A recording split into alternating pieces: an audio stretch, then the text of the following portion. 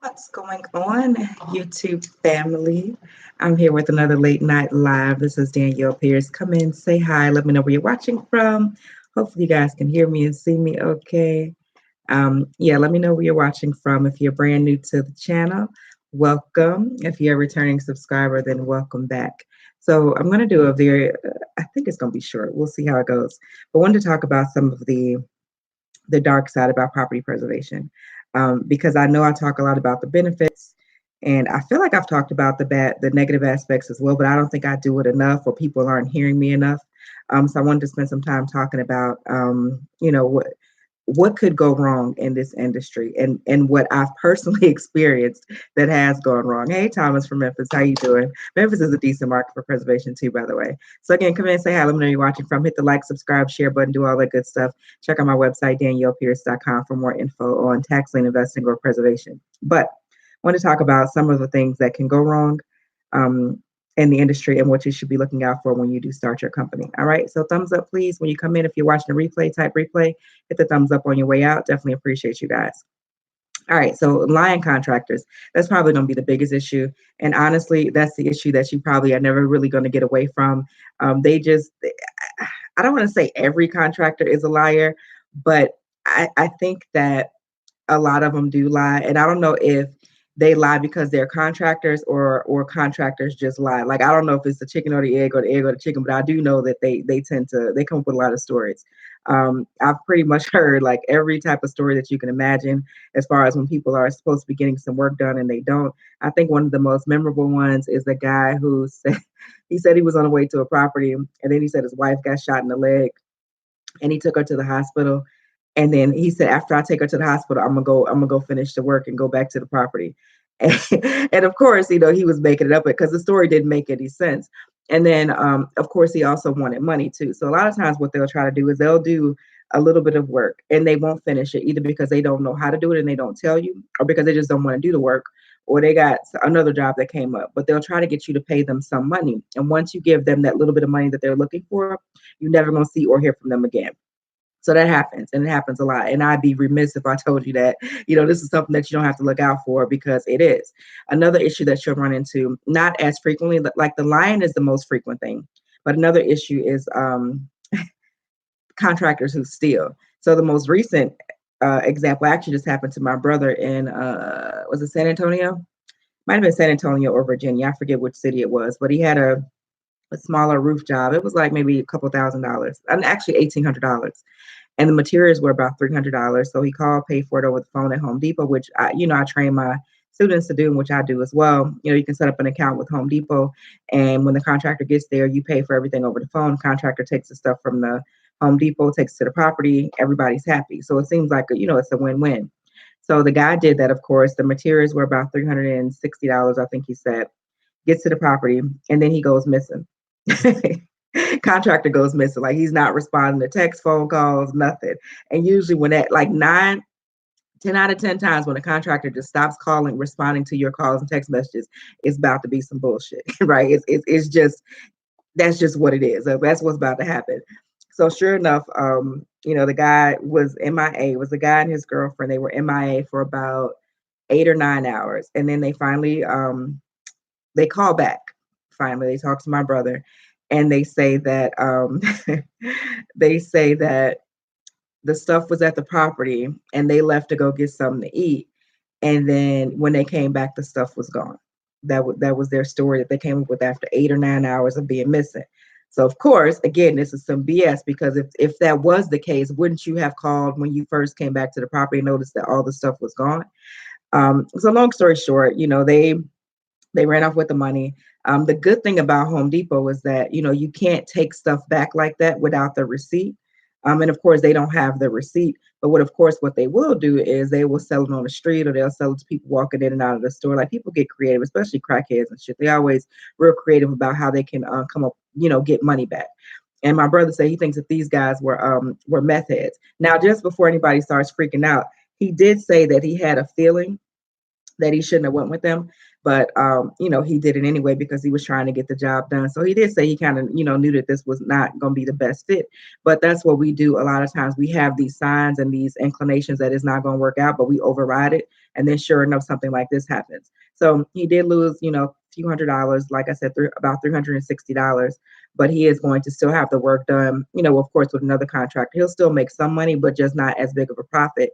And again, because of the guys who basically ran off with the materials. So there is that does happen. My worst scenario was in um my worst scenario was in Tennessee. Was it Nashville? Anyway, long story short, it was a pretty big job. It was about a $12,000 job. It was some interior, it was drywall, bathroom floors, what else? Windows, some minor roof work, stuff like that. This was about 3 years ago, actually 2 years ago. And I hired one set of guys, this contractor named Rick. And he was cool. Rick had actually done other work for me before. The thing about that I find weird about the contractors that sometimes it's like they'll work for you for a while, for weeks or months, and everything is going great. They're doing the work, you're paying them, their photos look good, this, that, and the third. And you're like, oh yes, I'm winning. I got this under control. And then they'll just go missing.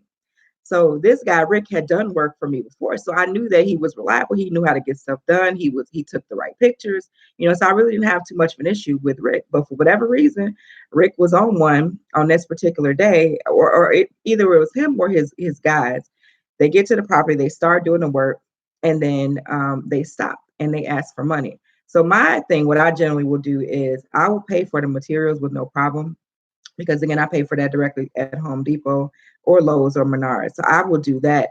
And then once you do some work that, a certain percentage of the work, then of course I'll send you, whatever the money that is in alignment with the work that you've done. But what Rick was trying to do, and I'm saying Rick because of course you're not going to know who he is.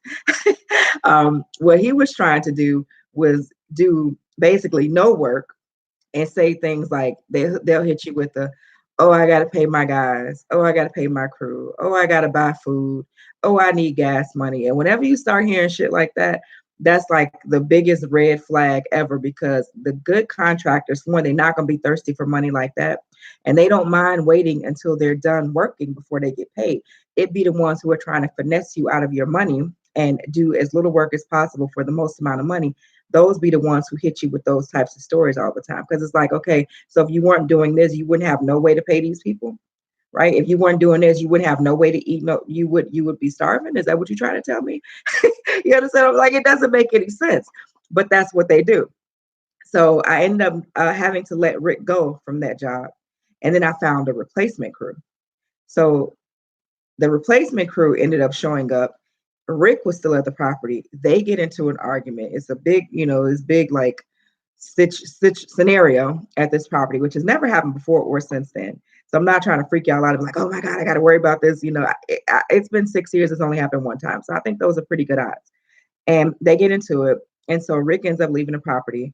Rick comes back at some point, steals all the shit that I paid for, which these materials were about over $2,000, takes all the shit out the property, drives off. And then, of course, he stops answering his phone. He stops, doing this, that, and the third. I finally speak to Rick at some point, because they always call back because they want to see kind of what story they can tell you. They want to see what you believe. They want to see, how you feeling about the situation, I guess. Or maybe it's a little bit of guilt. I'm not sure. I finally speak to him. And of course, Rick tells me, what they all say. Well, somebody else must have came to the property, took stuff out. Maybe it was that other guy you hired, or blah, blah, blah, whatever, Rick. And then he actually sends me this summons, because I called the police. Police, of course, can't do shit. That's what they always say. This is a civil matter. So there's no really benefit to be gained there. I did end up getting that job done. Still made a profit. Not as much of a profit because I lost $2,000 messing around with Rick and his crew of alcoholics. And then he also had this, I think he also, what did he tell me? That he was on parole or something like that? He said he had violated his, he had violated, what is it called when you can't approach somebody? where you can't be within 100 yards of them. So he violated that and he had to go back to jail. Just a bunch of bullshit. So they always have all these stories. People who lie always have a bunch of stories. That's just my take on it. And I know that sounds cynical and super bitter, but it's just been my experience. When people are lying, they always want to pile on the stories and try to get you to believe them when they just full of shit. That's just my take on it. All righty. So there's that. The other issue I've had is what you got to watch out for with preservation is not paying the IRS, or to make sure that you pay the IRS on time. I've done this. I don't have that issue, now, but early on, yeah. So I'm not the if there's anybody you don't want to play with, it's going to be the IRS. I would say first and foremost. They may let you make it for a little bit, but eventually they will come down and they'll say, hey, we see all this money that you made, and either you didn't file your tax return at all. I didn't do that, but I do have a couple of people who reached out to me over the years where one lady in particular in Chicago, she had made about 150,000 one year and 100, I think she said 120,000 another year, and she has not filed a tax return. So again, they'll let you make it, a couple years, 3 years, maybe even 4 or 5 years. But when those letters start to come, and trust me, they are coming, you're going to have a very big tax bill, because when the IRS calculates your taxes for you, they just go at the highest possible tax rate and send you the bill. They don't care about your deductions, your expenses, your credit. They don't care about none of that shit. They like, well, you had your chance to do that. You didn't do it. So let us work this out for you. So my advice to my clients now, my students now, is to every deposit that you get, allocate at least 15% in a separate account, and that'll be for paying the IRS, because it's easy to pay them. You can just go to irs.gov. They take money 24/7 and make it super easy for you to pay them. Now, even if you're not sure about the estimated payments, I do all of that stuff like that. That's really no excuse. You can just go online and pay them. That's my advice now, after having gone, learned about it the hard way, which again is ironic considering my background in accounting and the fact that I've worked in public accounting, but that's another story for another day. um, Georgia says, what inspired you to push through and continue with property preservation? Oh, because I make a couple $100,000 a year after paying everything doing property preservation. That's what inspired me to push through. There's no magic or rocket science behind that. I mean, it's still profitable, even with all the shit that comes your way. For people who still work 9 to 5s or working in other jobs or other industries, like there's always issues to deal with, but a lot of us are dealing with those issues and more, and making a lot less money. So I'm not dealing with this stuff and making, $40,000-$50,000 a year, because of course I wouldn't do it.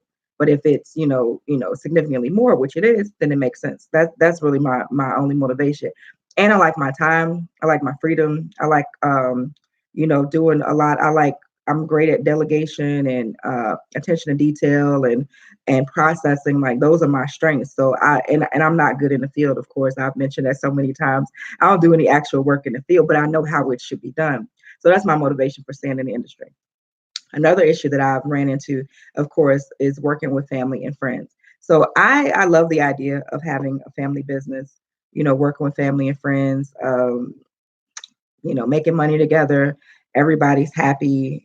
Everybody either is working together under one company, or there's multiple companies, and we're kind of helping each other out. That's what me and my brother do.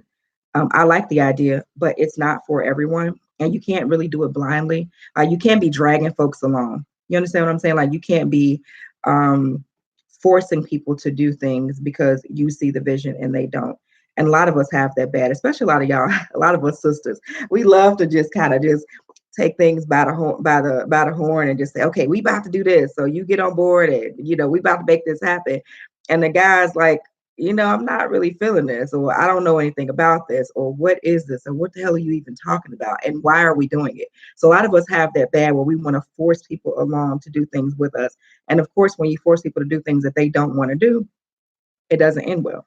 Not rocket science. And a lot of us know this intuitively, but we still do it anyway because we feel like we know best. And once they see the results, then they're going to be so happy that they listen to you. But it generally don't work out that way. So working with family and friends, I'm not going to say I wouldn't do it again, because I do it now, but I'll be a lot more selective about it. And you can't just work with people because they are your family, or that is, your best friend. Like you got to have more reasons behind that. They got to bring something to the table that you don't have. All right. Hey, what's going on, Benny? What's going on, you guys? Hey, Jessica. So again, come in and say hey. Let me know where you're watching from. Like, subscribe, share. My channel is devoted to basically real estate. So I'm a tax lien investor. and of course a property preservation vendor. So those are two things that I teach as well. I only teach what I know. I don't. I know a little bit about basically a lot of areas in real estate, but not enough to be calling myself a coach or mentor for like wholesaling and stuff like that. Like I just tend to stay in my lane. If you're interested in wholesaling and in other avenues, I got to refer you out. But if you want tax lien investing and preservation, then I am your girl that you should be talking to or working with. Which leads me to my next point about a business partner. Business partners. Hey Antonio. Hey Nicole from Detroit.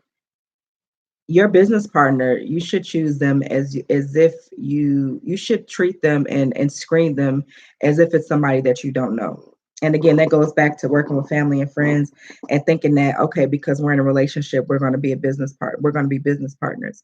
I also had made that mistake as well.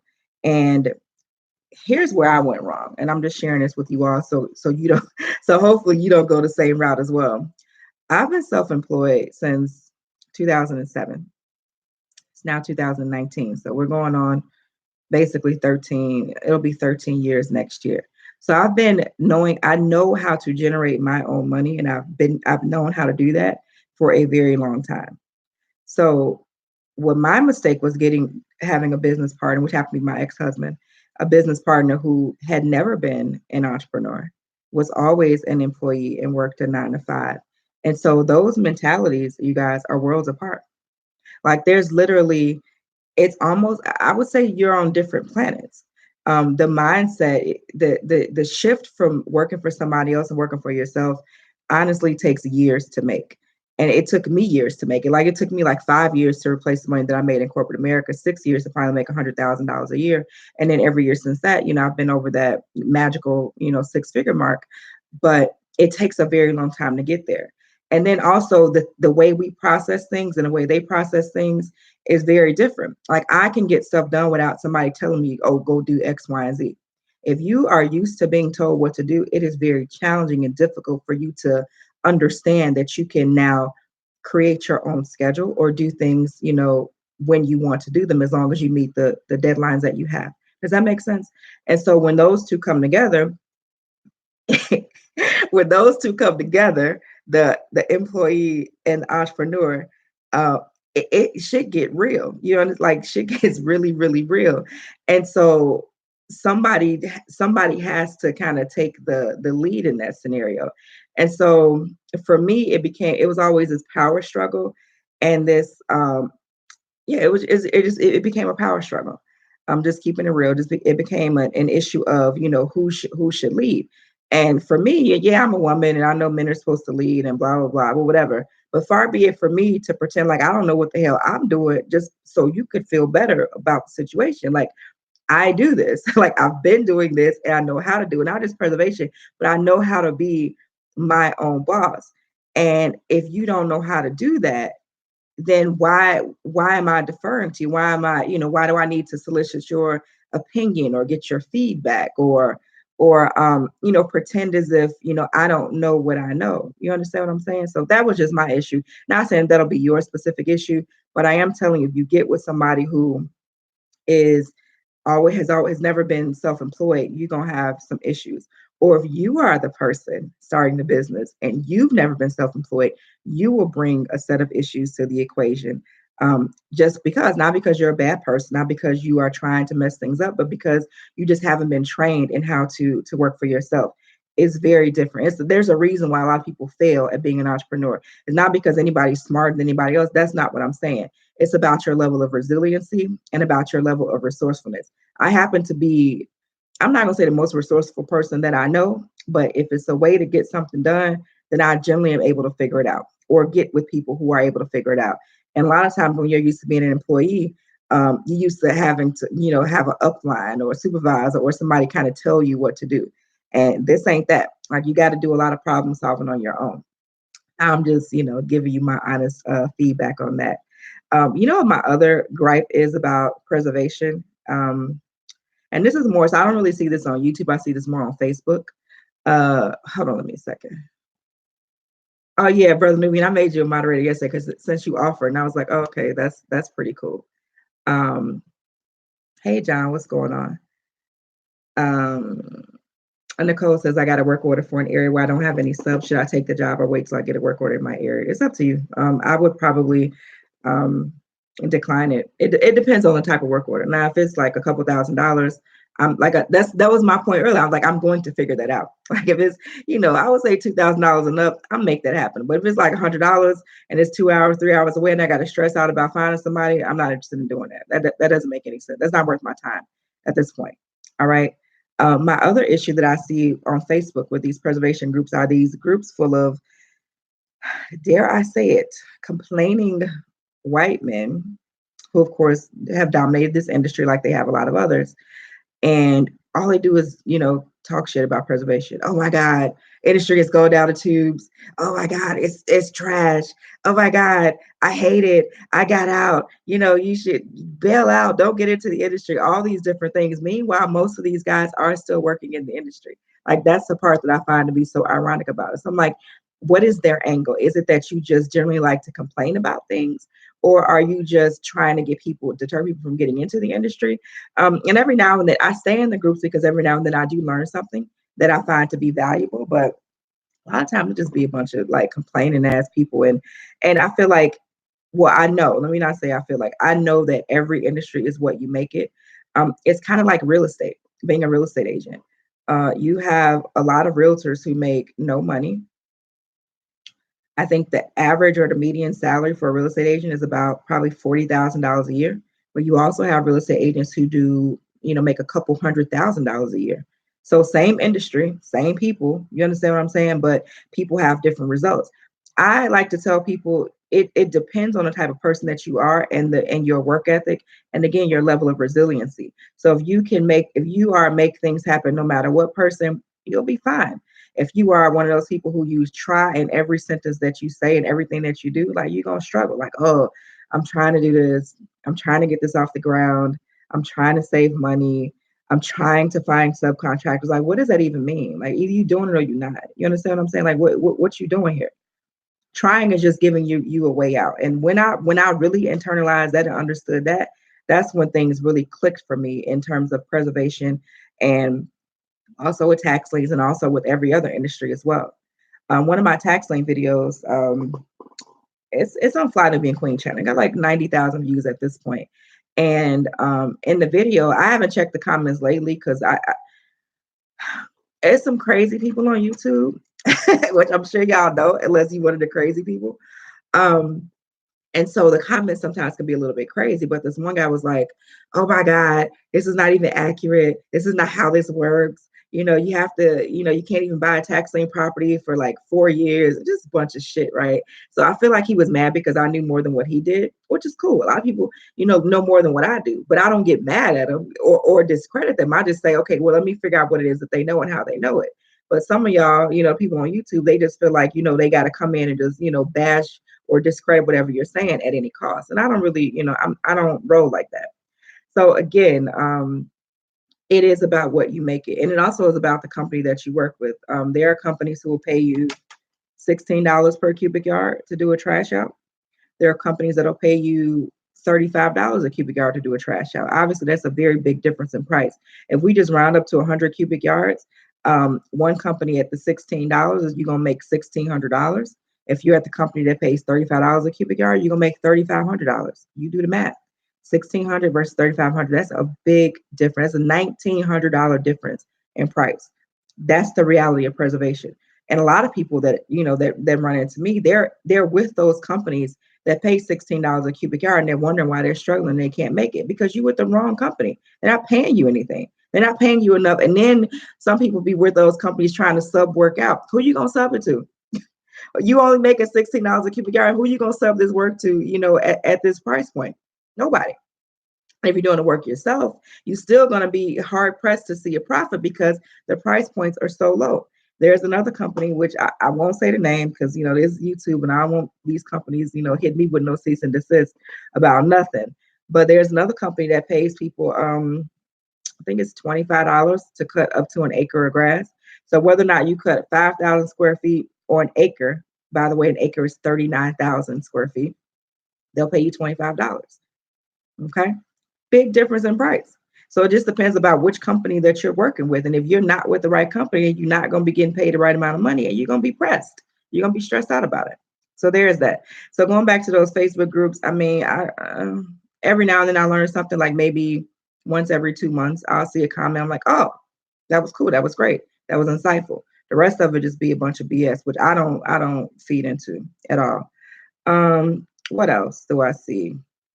Another thing y'all got to watch out for. And this is for my people that I work with, and also for other people as well.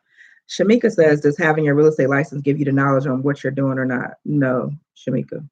So your real estate license allows you to represent buyers and sellers, and that's it. It has nothing to do with preservation, tax liens, flipping, wholesaling, nothing.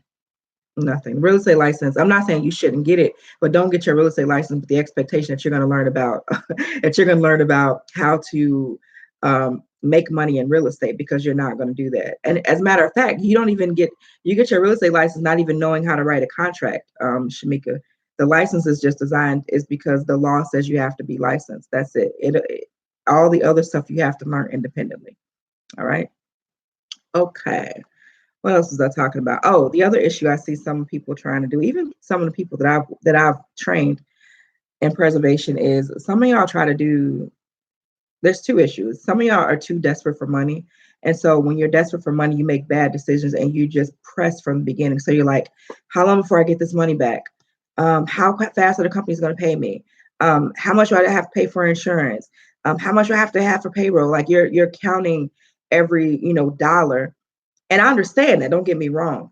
But if that's the situation you're in right now, like that's a bad time for you to start, because you're too desperate for money. And it's not something that you get into and you make money, within a couple of days. And I feel like some of y'all still tend to think that. I do have clients who started with a company and gotten huge work orders, like evictions, or one guy got a demolition. This was a client, his name was Kyle. He was working in Virginia, if I'm not mistaken. So if that happens, you could just decline it if you don't have the money to do it. There was another guy, and this is what I'll be saying about when I'll be giving out free information. There was another guy that, he gave me this sob story, which I get 1,000 of them a day, it seems like. He gave me a story about his dad was in the industry 20 some years, him and his brother trying to do the black owned business thing, and they want to get help from a sister, and they always hit you with the help a brother out and be a mentor and all this old shit. Okay, whatever. So I see that he's, they've done some steps which are on the right path. And once I see that, I'm more inclined to help a little bit more versus somebody who's not done anything. Like if you are going to inbox me and say, can I get free help? Okay, well, what have you done already? You've done nothing. I got no free help for you. You can refer back to my YouTube videos, back to my Facebook lives, back to join my email list, and start following the stuff that I've already have laid out there, or buy the book, which is on Amazon for like $10, or it's free if you have a Kindle. Do those things, and if you've made some progress, I might be more inclined to give you a little bit of help. But if you haven't done that, you've done nothing, and you want me to like hold your hand from start to finish, no sir, no ma'am. I don't care what sob story you have, because we can trade sob stories all day long. Where is that getting any of us? But this guy, he hit me with the sob story. I was like, okay. In the back of my mind, I'm like, if your dad's been doing it for 20 years, then surely you know what to do, or you can ask him. But either he was lying about that, either he was lying about that, or his father wasn't willing to help them. And I do see that a lot, where people say the other person, somebody they know is doing preservation but won't help them at all. So I see that. I say, okay, apply with this company. This is the best company. I like them a lot. They'll help you get started. I mean, they'll help you, get on the right path. They have a great price sheet. So he does that. A couple weeks later, he hits me in my inbox again, and he says, I got this $11,000 work order. It was I think it was Irving, Texas, or Killeen, or one of the cities pretty close to where I'm at Fort Worth. And he said, I got this $11,000 work order, but I don't have the money to do the job. And he was like, what should I do?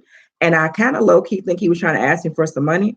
So I just shut that shit down immediately. Like, I don't know what you should do, but if you don't have the money, then decline it. Like, what you inboxing me this for? And he was like, oh, do you know any resources as far as getting loans?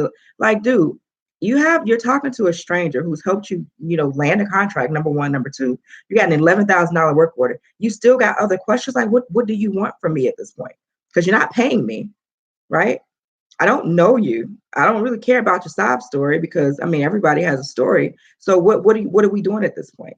So then when I respond like that, not in those words, but I know how to respond in a way like you're gonna stop inboxing me because I've already given you a great amount of help. I mean anybody handed me $11,000 last time I checked, so shit, you should be good. That's how I'm looking at it. And so the next inbox I got from him was like, that scam where they're like, we'll send you money through Western Union to send $50 and you'll make $500. It was some shit like that. So I just blocked him at that point. So I don't know what him and his brother doing, or his daddy for that matter, but people just be on BS. But anyway, the problem is some of y'all be too desperate for money. So if that's your situation, then don't like jump into it because you're gonna bleed it dry before you can even see any profit. Like the money gonna come in and you're gonna be taking it out to pay rent, to pay your car note, to pay your insurance because you desperate. So don't go that route. And then the other thing that people do is they try to they try to take on too much work. So of course you can work, in multiple states. I've done it. I do it occasionally still. I kind of concentrate exclusively on Texas now because it's so big and it's easy, it's convenient. But you can work in multiple states. And so some people take that and they just go crazy with it. And they're like, oh, I want to make all this money. I'm going to work in, 5 states. When really, if it depends on what you're trying to do, but one county with enough volume will make you a few $100,000 a year in gross revenue. So why you need to take on 5? But some people, I swear to God, in spite of what I even say to the contrary, I'm like, don't do this if you don't have money or if you don't have the time to do it, because it takes a lot of time to work, in 5 states. And then some people be like, oh, I'm trying to work in DC and Virginia and Georgia and Texas. Well, they're nowhere near each other, number one. Number two, you don't have any money. So how are you going to pull this off? And then it's like when I say that, sometimes people are offended. They're like, oh, they're kind of taken aback. And it's like, I'm not trying to be offensive. I'm just laying out the facts. I've done this. I know what it takes. Like in my Cash App, I wish I could show you. Let me see if I could show you on my screen right now how much I've paid for work to be done in other states. Let me try to, I pulled it up before. Let me go to my Cash App and just show you like what type of money I've spent doing this. Because generally working in other states, I'll pay the people right away to get as an incentive to get this done. So I know you probably can't see this, but this is my brother. We worked together a lot over the years. But yeah, you're not gonna be able to see it because my light ring is so bright. Wait, let me see if I could do it. $34,000. It shows up right there. $34,763 that I have paid out of my pocket getting work done in other states. So yeah, it costs money to do that. If you don't have money, then that's not something that you should be doing. Okay, that's pretty much just that. You can be good with one county if you just stay local and remain consistent. A lot of people are always in a rush and they're like trying to get stuff done, and they want to get started right away, or they'll just work with any company because they're like, I had one girl say, oh, I just want to get started. I want to get my feet wet. I'm so excited. I'm ready to get going. But you're working with a company that's going to pay you $25 to cut grass up to an acre. So how is that benefiting you? Like, why do you need to rush this process? Like these companies, like this is not going anywhere. And then my other thing is you've been on your job for, 10 or 15 years. They've been stressing you out. You don't like going to work. You hate your job. So you say, and you have all these issues, but you're not stressing them. You're not giving them 90 days to make shit happen. So why are you only giving this brand new industry, and some people be like 60 days, they be like ready to like, oh my God, it's taking so long. It's not even been one quarter. What do you mean? Like you've been in your job for over a decade and they're not paying you, not getting raises, or you're getting, really low raises every year. And you have no problem with that. But now all of a sudden you have to make this shit work in 60 days. Like it just literally makes no sense at all. No sense at all. So those are just some of the issues that I've seen. So with all that being stated, I still work in the industry. I still ain't going nowhere. Even if I stayed in corporate America, let's see, if I stayed in accounting and audit at my level, I'd probably making about 110 or 115 a year, which is okay, which is cool. It's decent. But I'd be bringing home about, let's see, if I make 115 a year in corporate, I'd be bringing home about $75,000 a year, right? After taxes and all other stuff they take out of your check when you're an employee. And then I'd be stressed, you know. I mean, I'm stressed doing this, don't get me wrong, but I'm not stressed as if I was doing corporate America. I don't have to be at work at a certain time. I ain't got to rush to get the kids ready for school. I'm homeschooling, you know, starting this year. So I'm excited about that. Y'all pray for me because shit, I it's a new endeavor. And every now and then I will freak myself out, but I make myself do it anyway. So I'm definitely freaked out about homeschooling, but I'm doing it because the school that I want, which is Freedom Home Academy in Chicago, is in Chicago, and they don't have one here. And I just don't like what I see down here in Texas. And plus, I know what you get in public school for the most part, and I don't want that. So I figure like, why have this flexibility if I'm not going to do anything with it, right? So I'm a little bit freaked out about that. But if I was still in corporate, I have to rush to get the kids to school. They be in school, and then I figure out aftercare. They be somewhere till 6 o'clock. I personally think that having a child at school and aftercare before care from 7 a.m. to 6 p.m. is a very long day. I'm not knocking anybody who has to do it because I get it if you have to, but the facts are that that's 55 hours a week that your child is in the care of strangers for the most part. And I'm just not, if I can avoid that, you know, I will. So there is that. Somebody said you're gonna be fine. Yeah, y'all saying that now. He's saying that now, but I have three, and the homeschooling is. I'm excited about it, but I know that it's going to be a pretty good amount of work. Let me see if there's any other questions here I can answer real quick. Uh, I think that's it. I don't see any trolls in here tonight either. So y'all, let me know what you think about the video. Comment below, leave some feedback. Go watch the other videos that I've posted about preservation. I'm still a huge fan of it. I don't care what them folks say in them groups on Facebook. I'm still in the groups because, like I said, I learn something every now and then. But for the most part, it's just some BS.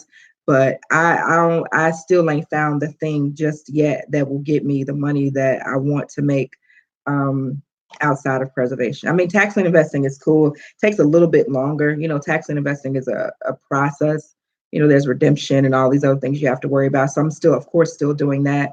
The next sale that I'm attending is probably, it's going to be between Louisiana and Indiana. Haven't decided which one. Oh, no, Michigan. I'm sorry. It's going to be Michigan for sure. That's the next sale that I'm going to acquire some land, or probably, yeah, I'm looking for land in Michigan because it's so cheap. So there's that. So I'm just putting this out there. Let me know what you think in the comments. Appreciate y'all for watching. This is my late night live. I think I'm going to keep this time because it works for me.